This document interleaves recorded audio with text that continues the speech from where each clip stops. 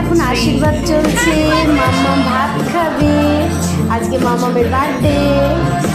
আপনারা সবাই ওকে আশীর্বাদ করুন, আমার মেয়েটাকে একটু আশীর্বাদ করুন। ও আজকে দেখুন ও ভাত খাবে, মিষ্টি খাবে, সব খাবে। দেখো কেমন খাচ্ছে বসে, লক্ষ্মী মেয়েটা।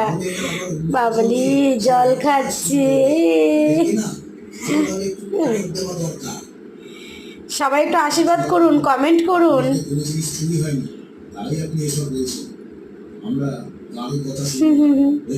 চুপটি করে বসে আছে আজকে, কত দুষ্টু মেয়ে আমাদের, চুপ করে বসে আছে।